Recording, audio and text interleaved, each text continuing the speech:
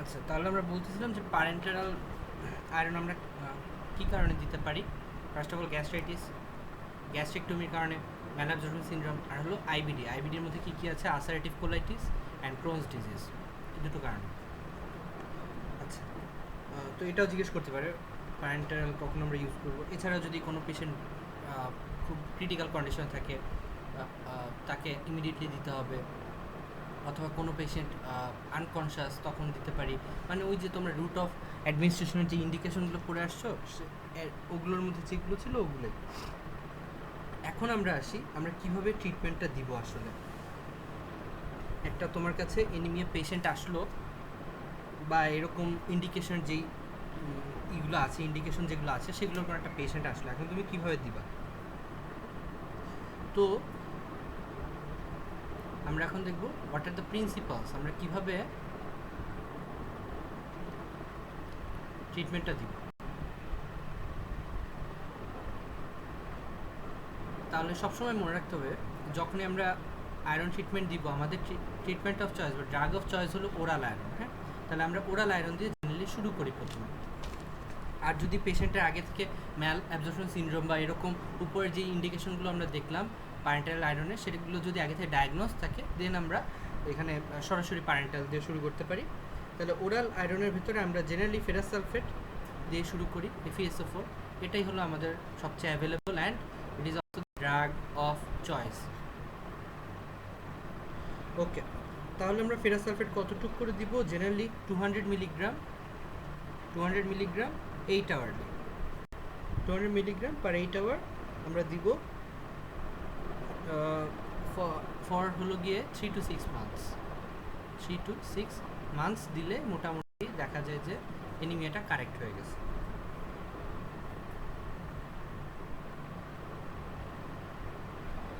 আচ্ছা, কিন্তু এখানে একটা সমস্যা আছে। হয় কি, অনেক সময় এই যে FeS4টা আমরা দেই 200 মিলিগ্রাম করে, এটা অনেক সময় আয়রনটা গিয়ে আমাদের গাটের যে সেলগুলো আছে সেগুলোকে ইরিটেট করতে পারে। আমরা জানি আয়রন ওই যে ফেন্টন রিয়াকশনের মাধ্যমে রিঅ্যাক্টিভ অক্সিজেন প্রডিউস করে, অ্যান্ড সেটা কিন্তু খারাপ, রাইট? তাহলে সেটা হলে তখন কি হয়, এই ইরিটেশনের কারণে অল্টার্ড বাওয়েল হ্যাবিট প্রডিউস হয়, মানে হয় ডায়রিয়া বা কনস্টিপেশন, এরকম কিছু একটা প্রডিউস হতে পারে। তো যদি এই কনস্টিপেশন বা ডায়রিয়া প্রডিউস হয় FeS4 দেওয়ার পরে, তখন আমরা কি করি, একটু কমিয়ে দিই ডোজটা। তখন আমরা FeS4 200 মিলিগ্রামে দিব, বা পার 12 আওয়ার, ঠিক আছে, 12 আওয়ারে দিব। অথবা আমরা FeSO4 না দিয়ে অন্য একটা ড্রাগ দিতে পারি। এক্ষেত্রে আমাদের চয়েস হলো ফেরাস গ্লুকোনেট। এটা জেনারেলি দেওয়া হয় 300 মিলিগ্রাম পার 12 আওয়ার। এটা আমরা ওই 3 to 6 মান্থসই দিব। আচ্ছা, তো দিলাম। এখন এই দিলে বসে থাকা যাবে না, আমাদের কিন্তু পেশেন্টকে ফলো আপে আনতে হবে। একটা এনিমিয়া, খুব সিভিয়ার এনিমিয়ার পেশেন্ট, এদেরকে কিন্তু ডাক্তাররা ফলো আপে রাখে, কয়েক মাস পর পর চেক করে। তো প্রত্যেকবার যখন ডাক্তারের চেম্বারে আসে, তখন কি করা হয়, একবার করে তোমার হিমোগ্লোবিন চেক আপ করা হয়। হ্যাঁ, একটা সিবিসি করা হয়, হিমোগ্লোবিন এস্টিমেশন করা হয়, করে ডাক্তার দেখেন যে এখানে হিমোগ্লোবিন পরিমাণ তার আগের ফলো আপের থেকে বাড়তেছে কিনা। জেনারেলি 7 থেকে 10 দিনে, এভরি 7 to 10 ডেইজের মধ্যে, এভরি 7 to 10 ডেইজে এই হিমোগ্লোবিন লেভেলটা 1 গ্রাম পার ডেসিলিটার করে বাড়ার কথা। অর্থাৎ প্রথম যেই দিন ওষুধ দেওয়া হলো সেই দিন যদি 10 গ্রাম পার ডেসিলিটার হয়, 10 দিন পর আসলে সেটার 11 হওয়ার কথা। এছাড়াও আমরা জানি যখনই হেমাটিনিক্স দেওয়া হয়, তখন একটা জিনিস বাড়ে, রেটিকুলোসাইট কাউন্টও কিন্তু বাড়ে। রেটিকুলোসাইট কাউন্ট বাড়ার 3টা কজ আছে, তোমরা জানো, হেমোরেজ, হিমোলাইসিস অ্যান্ড হেমাটিনিক।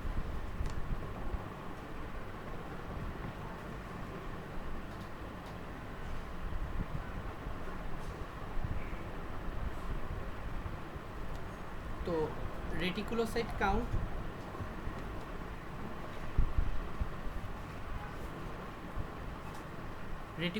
কাউন্ট যদি না বাড়ে, সেটাও কিন্তু একটা খারাপ দিক, কারণ রেটিকুলোসাইট কাউন্ট অবশ্যই বাড়তে হবে। নতুন ব্লাড তৈরি হচ্ছে কিনা সেটা বোঝার ওই হলো মেনলি রেটিকুলোসাইট।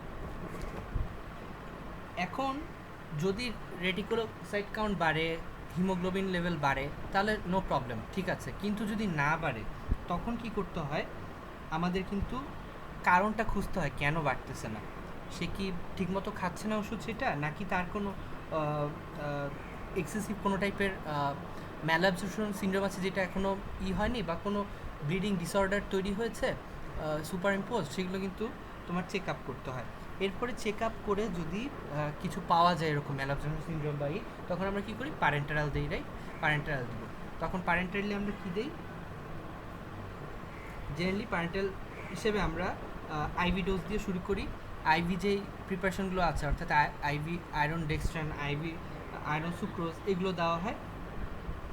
আর এগুলো দেওয়ার আগে এই একটা জিনিস মনে রাখতে হবে, আইভি আয়রনগুলোর একটা খারাপ দিক হলো এরা অ্যানাফিল্যাকটিক শক প্রডিউস করতে পারে, অ্যানাফাইল্যাকটিক শক।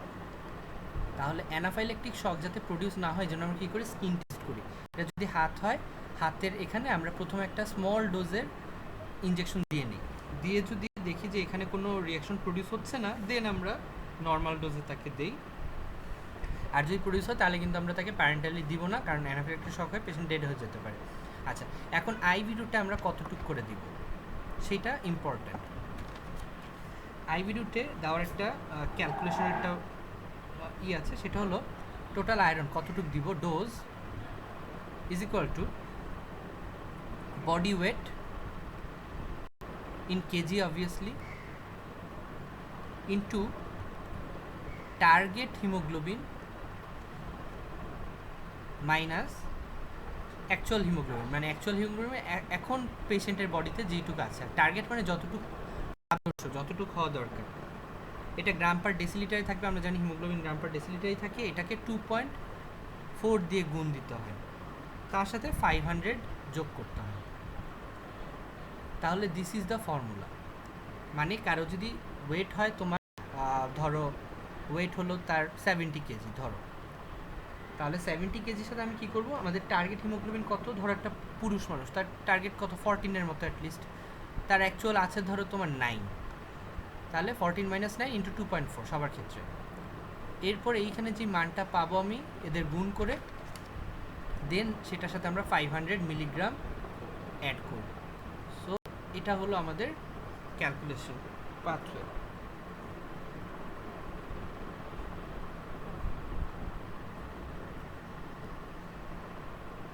ওকে, so this is the principles. তাহলে আমরা শুরু করব কি দিয়ে, প্রথমে যদি কোনো ম্যালঅ্যাবজর্পশন সিনড্রোম বা অন্য কোনো ম্যালঅ্যাবজর্পশনের কজ যদি ডায়াগনোসড না থাকে, দেন আমরা ওরাল দিয়ে শুরু করব, FeSO4 দিয়ে 200 milligram per 8 hour for 3 to 6 months. যদি কোনো প্রবলেম করে, বাউল হ্যাবিট অল্টার হয়, তাহলে 12 আওয়ারে 200 মিলিগ্রাম দিব, অথবা ফেরাস গ্লুকোনেটে শিফট করব 3 to 6 মান্থ। আর হলো কয়েকদিন পর পর ফলো আপে রাখতে হবে পেশেন্টকে। ফলো আপে হলো 7 থেকে 10 দিন পর পর 1 গ্রাম পার ডেসিলিটার করে বাড়তে হবে। যদি না বাড়ে, দেন আবার রিইভ্যালুয়েট করতে হবে কেন বাড়ছে না। যদি ম্যালঅ্যাবজর্পশন সিনড্রোম ডায়াগনোস হয়, দেন আমরা অ্যানাফিল্যাকটিক শক দিব, দেন আমরা আইভি রুটে দিব। আইভি রুটে দেওয়ার আগে আমরা স্কিন টেস্টটা করে নিব, আর এই ডোজে যে এইটা দেখলাম, এই ডোজে আমরা আয়রনটা দিব। এটা কিন্তু খুবই ইম্পর্টেন্ট, এই বছরে এটা রিটেনে আসছে, এই কোয়েশ্চেনটা প্রায় আসে, হ্যাঁ, খুব ইম্পর্টেন্ট। ওকে, এখন আসি, তাহলে আমাদের ইন্ডিকেশন গেল, আমরা কিভাবে ইউজ করবো দেখলাম। এখন আসি আমরা what are the adverse effects. Adverse effect, আচ্ছা, এখন অ্যাডভার্স ইফেক্টটা দুই টাইপের আছে, ওরালের আর প্যারেন্টালের কিন্তু ভিন্ন। ওরালের কি কি,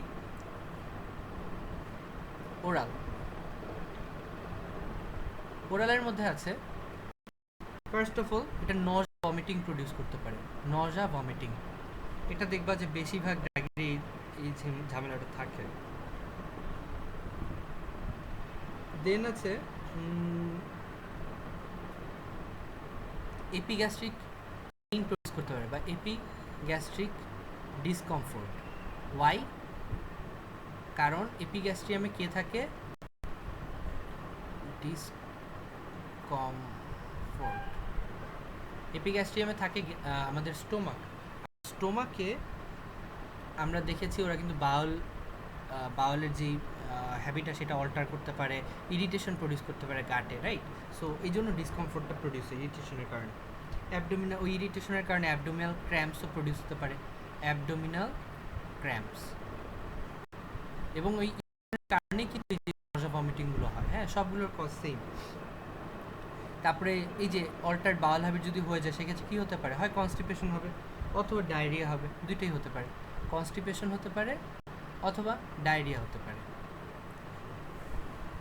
আর ফাইনালি কি, ওই যে আমরা বলেছিলাম ব্ল্যাক টারি স্টুল, রাইট, ব্ল্যাক স্টুল, এটা হতে পারে, যেটা গিয়ে পরবর্তীতে অন্য কোনো ব্লাড লস হচ্ছে কিনা সেটা ডায়াগনোসিসকে কিন্তু হ্যাম্পার করতে পারে। তাহলে এটা কিন্তু খুব ইজি ছিল। এবার আসি আমরা প্যারেন্টারাল। প্যারেন্টারালে কী কী সমস্যা হয়? ফার্স্ট অফ অল, ফেন্টনগুলোর একটা জিনিস হলো, এরা কিন্তু আমি আগেই বলেছি, অনেকবার বললাম, ফেন্টন রিয়াকশন করে। তো বিভিন্ন সেল, যেই সেলের কাছাকাছি এটা থাকে, যেই সেলের চারপাশের কনসেন্ট্রেশন বেশি থাকে, সেই সেলকে ড্যামেজ করে, ঠিক আছে, ফ্রি রেডিক্যাল প্রোডাকশনের মাধ্যমে। তাহলে যদি আমরা ইন্ট্রামাসকুলারলি দেই আইএম, তাহলে মাসেলে এরা কী করবে, মাসেলের যে সেল সেগুলোকে ডিস্ট্রয় করবে, তখন কী হবে, পেইন প্রডিউস হবে, রাইট, মাসেল পেইন। আর আরেকটা জিনিস হবে, এই আয়রনের তো আমরা জানি Fe2+ একটা কালার আছে, রাইট। সো মাসেলের যেই জায়গায় আমরা ইনজেকশনটা দিব ওই জায়গার মাসেলের চারপাশে কী হবে, ডিসকালারেশন হবে, কালার চেঞ্জ হবে। আর আইভি রুটে যদি আমরা দিই, আইভি রুটে দিলে, এই আইভি রুটে যখন আমরা দিই, এগুলো কী হয়, খুব দ্রুত ইসের মাধ্যমে, তোমার ব্লাডের মাধ্যমে ব্রেইনে চলে যায়। আর ব্রেইনে চলে গিয়ে ব্রেইনকে ইরিটেট করে, ইরিটেট করলে এরা কী তৈরি করতে পারে, তখন হেডেক হতে পারে, হেডেক। দেন তোমার হতে পারে লাইট হেডেডনেস, মাথা হালকা হালকা লাগে। এটা হচ্ছে যাদের এনিমি আছে তারা বুঝবা, হঠাৎ করে বসা অবস্থা থেকে উঠে দাঁড়ালে মাথাটা ঘুরে ওঠে, রাইট, ওরকম।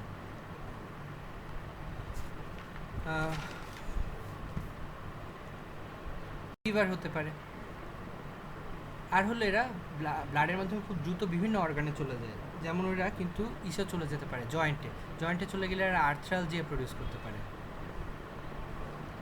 ব্যাক পেইন প্রডিউস করতে পারে।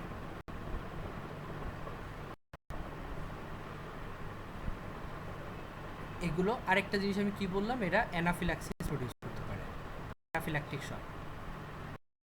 এগুলোই ছিল মোটামুটি এদের অ্যাডভার্স ইফেক্ট।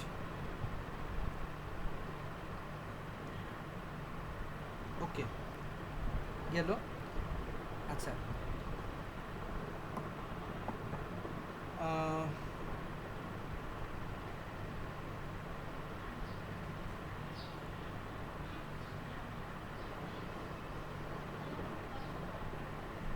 এখন হয় কি, অনেক সময় আমরা যে ডোজটা দিই, এই ডোজে মাঝে মাঝে টক্সিসিটি প্রডিউস হয়, টক্সিক ডোজে আমরা মাঝে মাঝে দিয়ে ফেলি, বা পেশেন্ট বেশি খেয়ে ফেললো, সেটা সমস্যা হতে পারে। তখন কি হয়, আয়রন টক্সিসিটি প্রডিউস হয়। এটা তোমরা হয়তো টক্সিকোলজিতে পড়ে আসছো। আয়রন টক্সিসিটি ফিচার কিন্তু জিজ্ঞেস করে, ইভেন ভাইভাতে আয়রন টক্সিসিটি হলে কীভাবে ম্যানেজ করতে হয় এটা জিজ্ঞেস করে। আমাকে নিজেকেই জিজ্ঞেস করছিলাম ম্যাডাম, আমাদের যে হেড অফ ডিপার্টমেন্ট উনি। তো ক্লিনিক্যাল ফিচার্স কী হবে যদি আয়রন টক্সিসিটি হয়, কী দেখে বুঝবা যে টক্সিসিটি হচ্ছে? ফার্স্ট অফ অল হলো এরা ইরিটেশন করে বিভিন্ন জায়গায়, রাইট। তো সবচেয়ে বেশি ইরিটেশন কোথায় করে, এরা গাটে করে, রাইট, কারণ গাটে আমরা ওরালি দিই। তাহলে এখানে কী হয়, নেক্রোটাইজিং গ্যাস্ট্রোএন্টারাইটিস হয়, নেক্রোটাইজিং গ্যাস্ট্রোএন্টারাইটিস।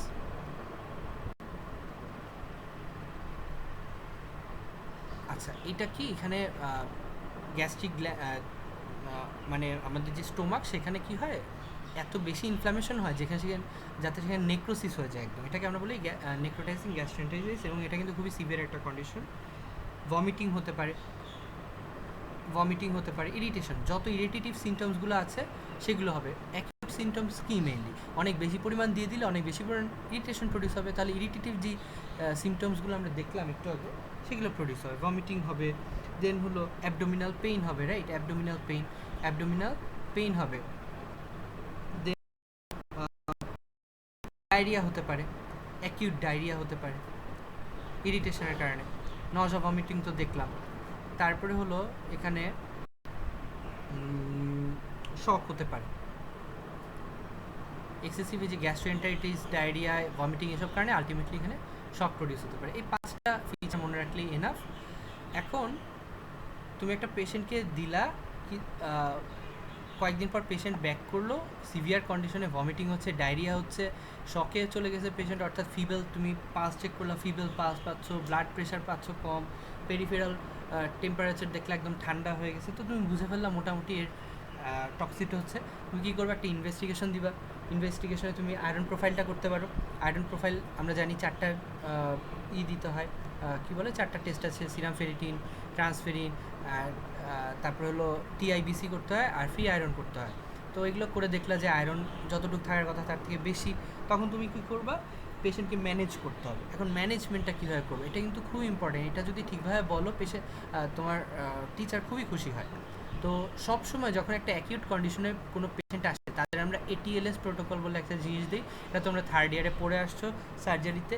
এটিএলএস প্রোটোকলের মধ্যে আমরা জানি কী কী, ABCDE। তো এই টাইপের পেশেন্টকে কিন্তু ABCDE দেওয়া হয়। অর্থাৎ প্রথমে আমাদের কি করতে হয়, পেশেন্ট যখন সাথে সাথে আসে, আমাদের কি করতে হয়, প্রথম কাজ হলো পেশেন্ট ঠিকমতো শ্বাস নিচ্ছে নাকি।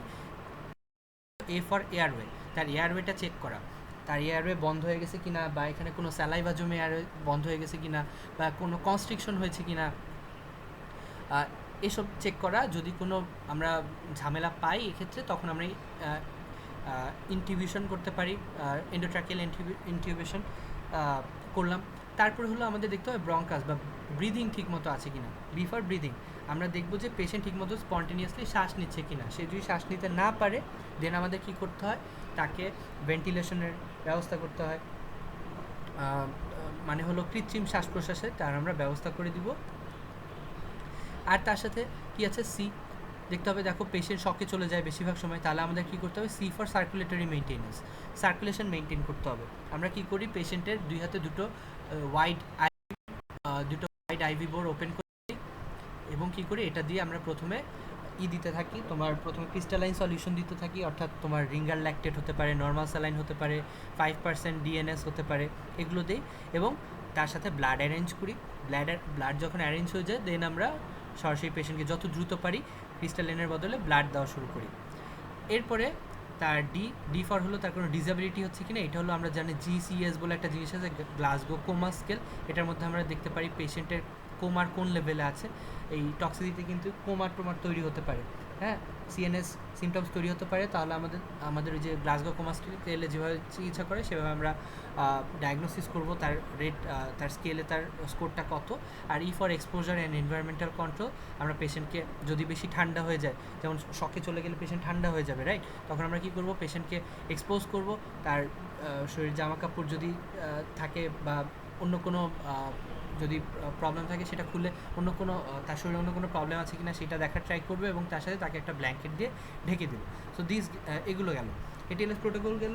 এরপর পেশেন্ট যখন মোটামুটি একটু স্ট্যাবিলাইজ হবে কার্ডিওভাস্কুলারলি, দেন আমরা কি করব, তাকে আমরা কি দিব তখন, bowel irrigation. So this is first ATLS. Second আমরা কি দিব, বাওয়েল ইরিগেশন। এটা তোমরা টক্সিকোলজিতে পড়ে আসছো। কি করি, টিউব দিয়ে ভেতরে পানি দিই, বা তোমার চারকোল দেওয়া যায়, মানে বিভিন্ন পটাশিয়াম সালফেট দেওয়া যায়, বিভিন্ন জিনিস দিয়ে আমরা কি করি, ওর ভিতরের ওয়াটার দিই। তখন সাইফন ক্রিয়ার কারণে ভেতর থেকে যে কন্টেন্টগুলো, গ্যাস্ট্রিক কন্টেন্ট, সেগুলো বের হয়ে আসে। এটা গেল। আর থার্ড অফ অল, যখন আমরা অ্যাবজর্ব পোর্শন বের করে ফেললাম, এটা হলো আনঅ্যাবজর্ব পোর্শন বের করার জন্য আমরা ইরিগেশন দিচ্ছি, রাইট, যেগুলো এখনও গাট থেকে অ্যাবজর্ব হয় নাই। আর থার্ড অফ অল হলো, যেইগুলো অ্যাবজর্ব হয়ে গেছে সেগুলো আমাদের কী করতে হবে। এখন ব্লাডে তো আয়রন চলে গেছে, সেই এক্সট্রা আয়রনগুলোকে ধরার জন্য আমরা কী করবো, একটা অ্যান্টিডোট দেব। আর এদের মেইন অ্যান্টিডোটটা কি, মেইন অ্যান্টিডোট হলো ডেফেরক্সামিন।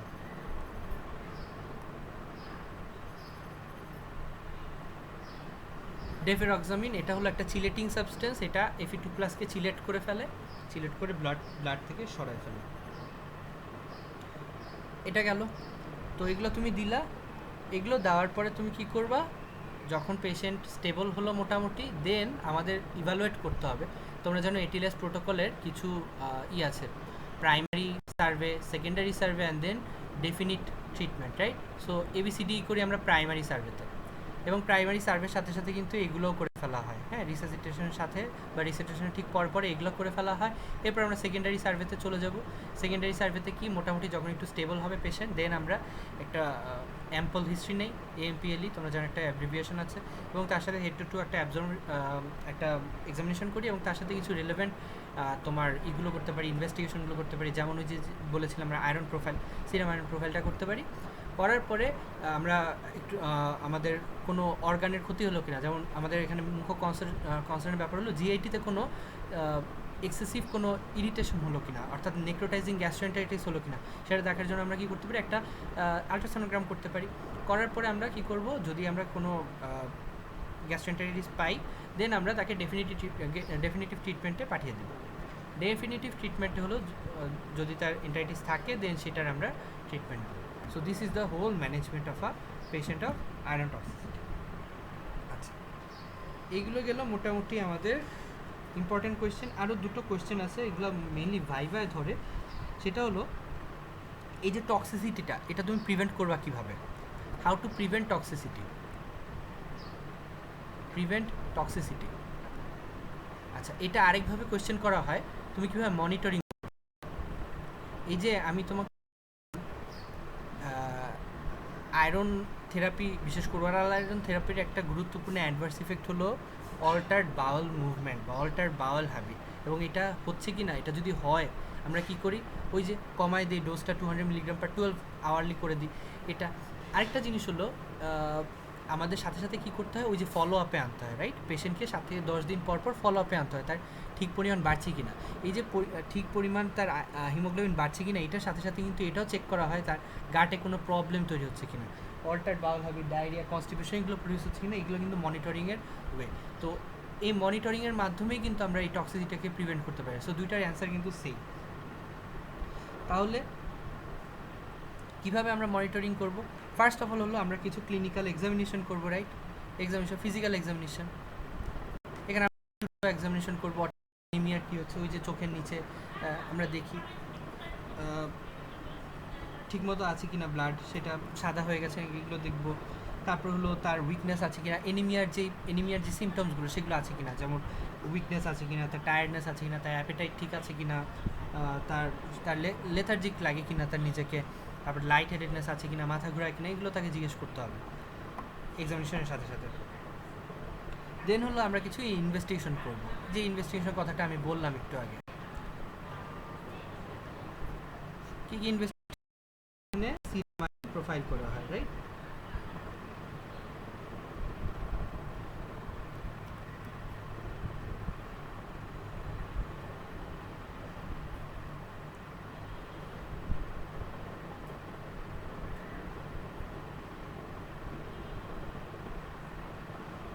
মেইনলি ইনভেস্টিগেশনে দেখো আমরা কি করব, এখানে সিরাম আয়রন প্রোফাইল করব, আয়রন প্রোফাইল,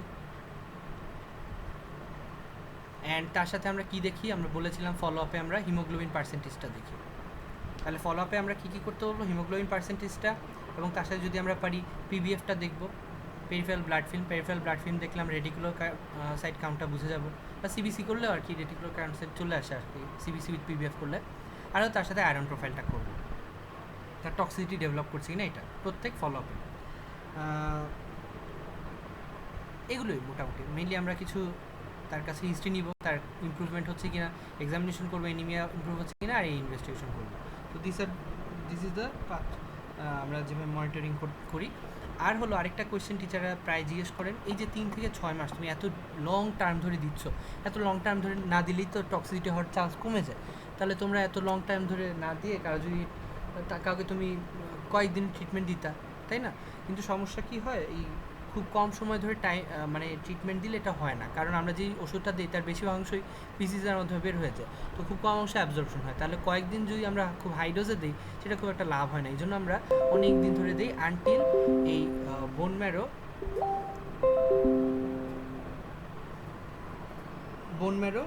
তোমার রিপ্লেনিশ হচ্ছে, হ্যাঁ, রিপ্লেনিশ যতদিন না হবে বোন ম্যারো বা আয়রন কন্টেন্ট, ততদিন পর্যন্ত আমরা দিতে থাকি। এটা কোয়েশ্চেন জিজ্ঞেস করে প্রায়। ওকে, নাও দিস ইজ অল অ্যাবাউট আমাদের আয়রন। এখন আমরা পরেরটায় চলে যাই, ভিটামিন B12। ওকে,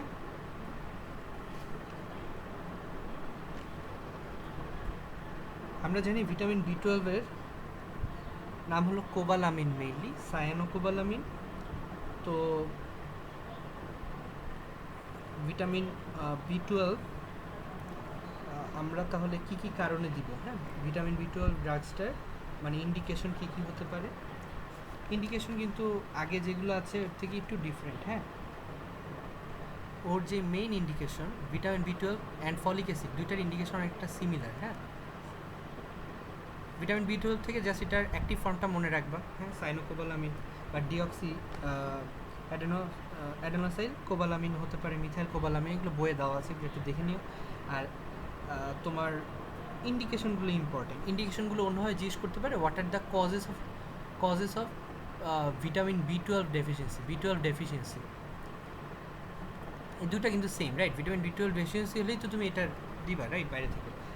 তো কী কী কারণে হতে পারে? 1 নাম্বার আমরা জানি খুব কমন, পারনিশিয়াস এনিমিয়া। এটা কি হয় আমি একটু আগে বলে ফেলেছি, আমাদের যেই স্টোমাক থাকে, স্টোমাকের যে সেলগুলো সেগুলোর কি হয়, অটোইমিউন ডিস্ট্রাকশন হয়, এটাকে বলে অটোইমিউন গ্যাস্ট্রাইটিস। তখন এই যেই সেলগুলো থেকে HCl এবং intrinsic factor of castle produce হওয়ার কথা সেগুলো ডিস্ট্রয় হয়ে যায়। তো ইন্ট্রিনসিক ফ্যাক্টর অফ ক্যাসেল যদি প্রডিউস না হয় তা ভিটামিন B12 কিন্তু অ্যাবজর্ব হবে না। আমরা জানি ভিটামিন B12কে অ্যাবজর্ব করতে হেল্প করে intrinsic factor of castle.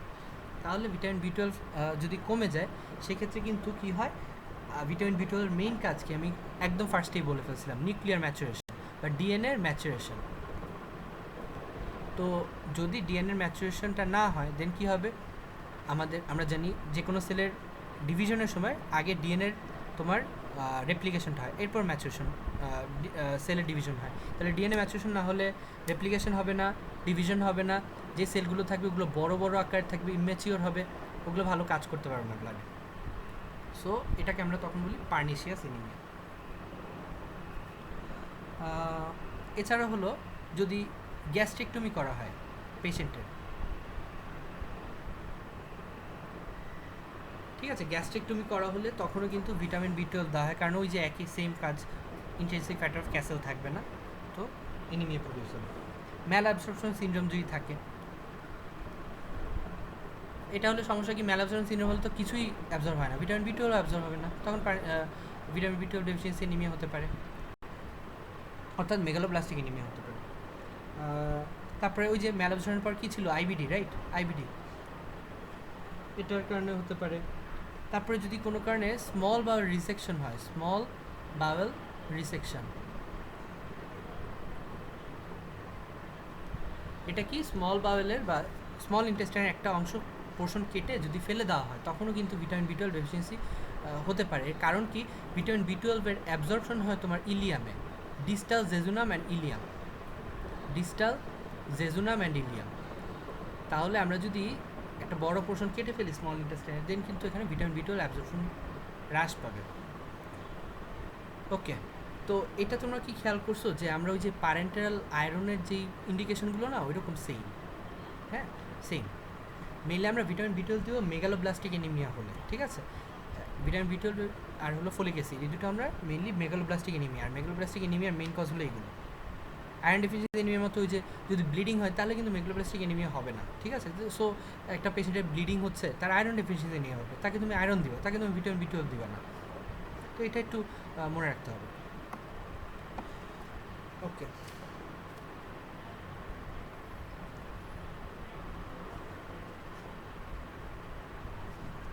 So indication গেল এটার, আর কি এটা যেহেতু একটা ভিটামিন, বুঝছো, সো এটার অ্যান্ড ফলিক অ্যাসিড এগুলোর আসলে অ্যাডভার্স ইফেক্ট অত পাওয়া যায় না, যেহেতু ওরা বডিতে এমনিতেই তৈরি হয়, ঠিক আছে। তো এই জন্য এটার অ্যাডভার্স ইফেক্ট, কন্ট্রাইন্ডিকেশন এসব লাগে না, আমাদের কোয়েশ্চেনেও ধরে না, কোথাও আসে না, তো ওগুলো লাগবে না।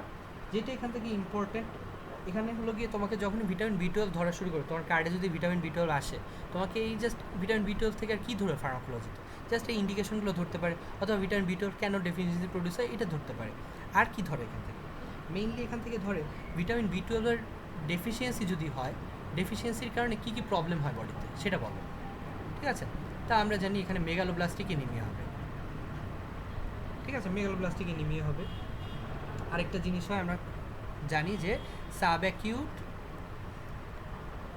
কম্বাইন্ড ডিজেনারেশন, কম্বাইন্ড ডিজেনারেশন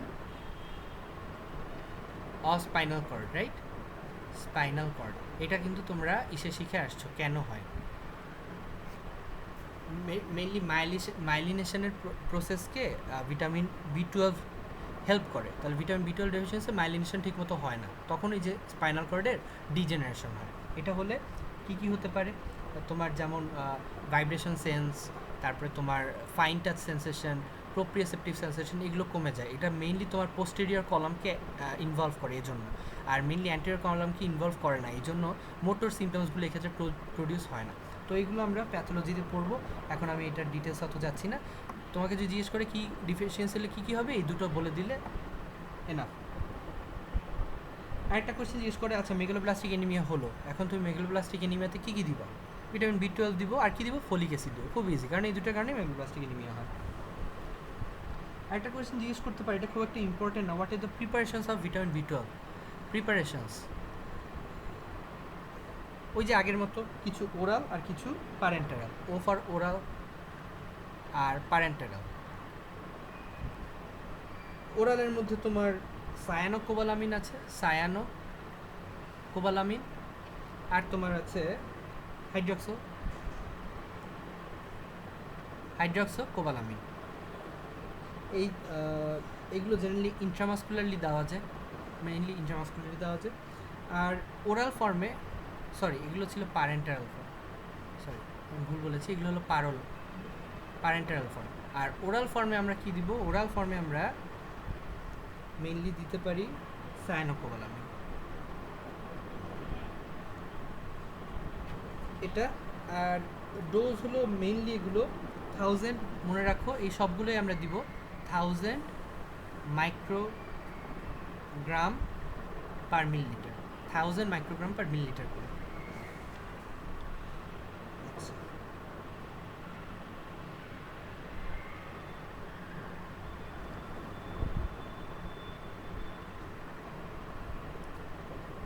তো এই ছিল ভিটামিন B12, খুব ছোট পার্ট।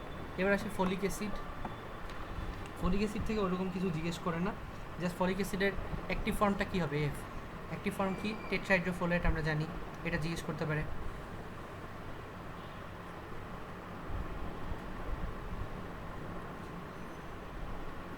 দেন এখান থেকে জিজ্ঞেস করতে পারে হোয়াট আর দি ইন্ডিকেশনস, তাহলে ওই যে আগের ভিটামিন B12 ইন্ডিকেশনসগুলোই হবে। আর তোমার এখান থেকে জিজ্ঞেস করতে পারে ফলিক অ্যাসিড ডেফিসিয়েন্সি হলে কী হয়। হ্যাঁ, যেহেতু এটা একটা ভিটামিন, ওই ভিটামিন B12 ডেফিসিয়েন্সি হলে কী হয়? মেনলি দুটো জিনিস হয়। আর ফলিক অ্যাসিড যদি ডেফিসিয়েন্সি হয়, ফলিক অ্যাসিড, দেন কী সমস্যা হতে পারে? এখানে মেইনলি আগের মতো মেগালোব্লাস্টিক এনিমিয়া তো হবেই, রাইট? আর মায়ের ক্ষেত্রে, মায়ের যদি ফলিক অ্যাসিড কম হয় দেন কিন্তু বাচ্চার স্পাইনাল কর্ড ডিফেক্ট হবে। স্পেশালি আমরা জানি বাচ্চার অ্যানেনসেফালি হয়, নিউরাল টিউব ডিফেক্ট হয়। এখানে কি এখানে হতে পারে অ্যানেনসেফালি, মেইনলি অ্যানেনসেফালিতে বাচ্চার যে vault of the skull and brain, এগুলো ঠিকমতো ডেভেলপ হয় না। স্পাইনা বাইফিডা হতে পারে। এই দুটোই আমরা জানি যে মেইনলি নিউরাল টিউব ডিফেক্ট দুটোই হয়। এই জন্য মায়েদের ক্ষেত্রে কিন্তু ফলিক অ্যাসিড অনেক বেশি করে দিতে হয় মায়েদের। এছাড়াও গ্লসাইটিস বলে একটা জিনিস হয়,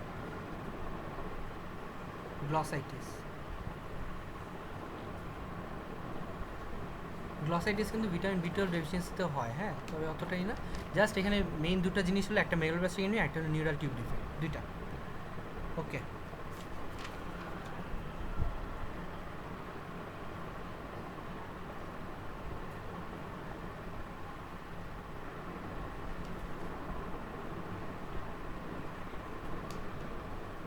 আচ্ছা তাহলে আমরা কি দেখলাম? নিউরাল টিউব ডিফেক্টকে প্রিভেন্ট করার জন্য আমরা প্রেগনেন্সিতে এই যে ফলিক অ্যাসিড দিই, এবং মনে রাখতে হবে মায়েদের ক্ষেত্রে প্রেগনেন্ট অবস্থায় ফলিক অ্যাসিড আর আয়রন, দুইটার সাপ্লিমেন্টেশন কিন্তু একসাথে দিতে হয়, কারণ দুই টাইপের জিনিসেরই ঘাটতি তৈরি হয় সময় ডিমান্ড বেড়ে যাওয়ার কারণে।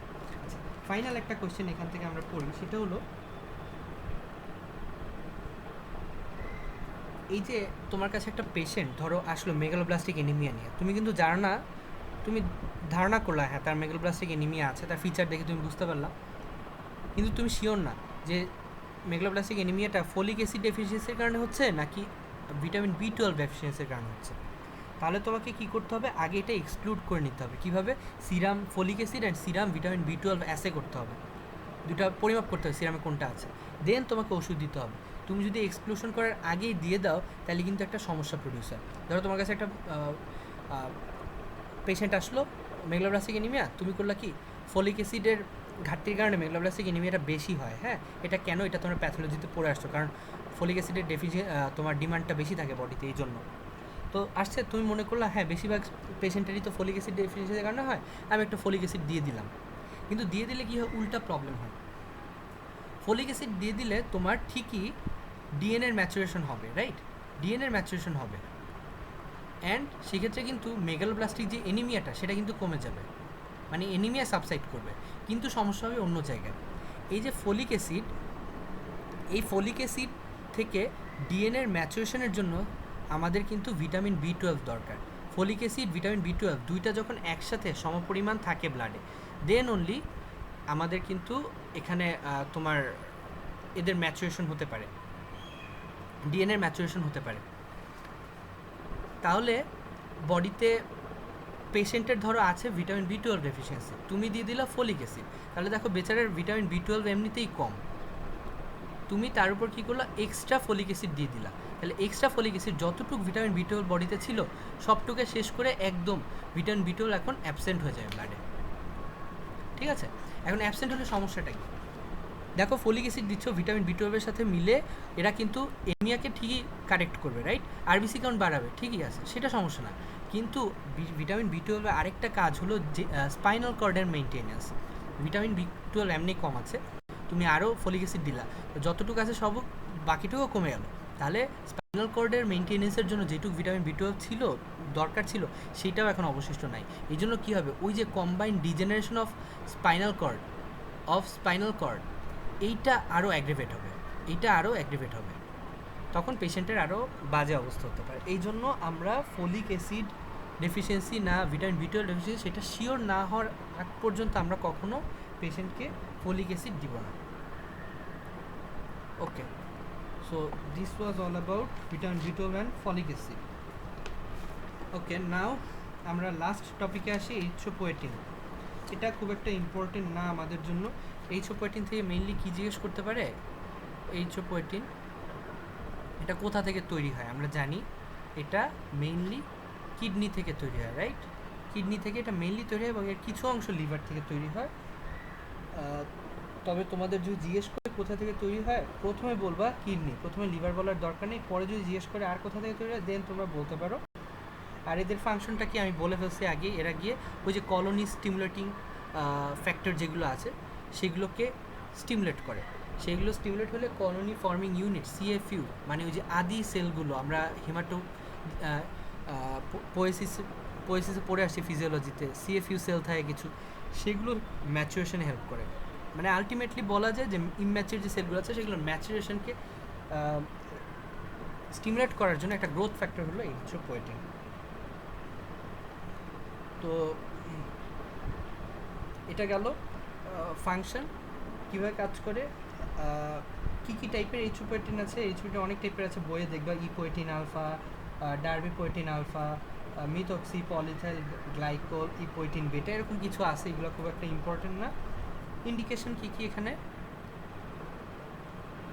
আচ্ছা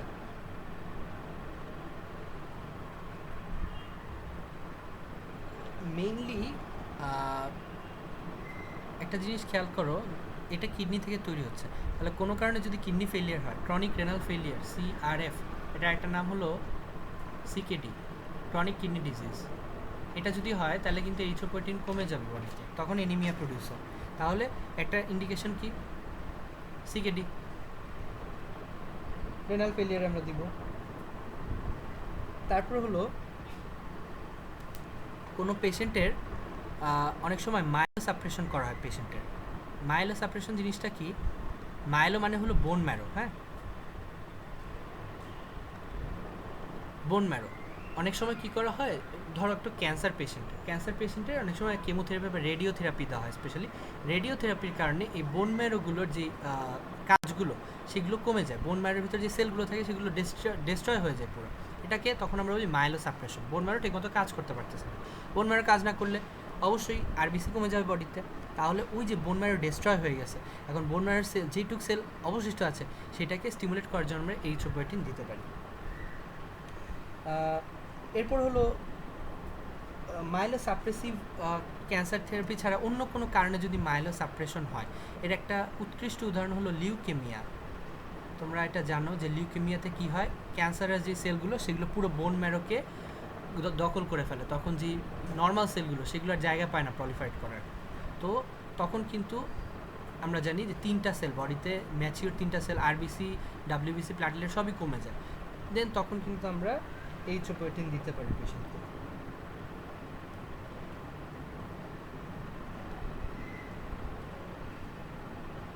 এই 3টা হলো আমার মেনলি। এছাড়াও অনেক সময় এইচআইভিতে আমরা ইউজ করে থাকি। এইচআইভিতে তোমরা জানো যে বোন ম্যারোর কাজগুলো কমে যায়, ডাব্লিউবিসি পরিমাণ কমে যায়, তখন আমরা দিতে পারি এগুলো। So this is all about erythropoietin. এখানে আর তেমন কিছু নাই হিমাটেনিক্সে। তো আজকে আমরা এই পর্যন্তই রাখি। কোনো কোয়েশ্চেন থাকলে নেক্সট ক্লাসে আস্ক করতে পারো।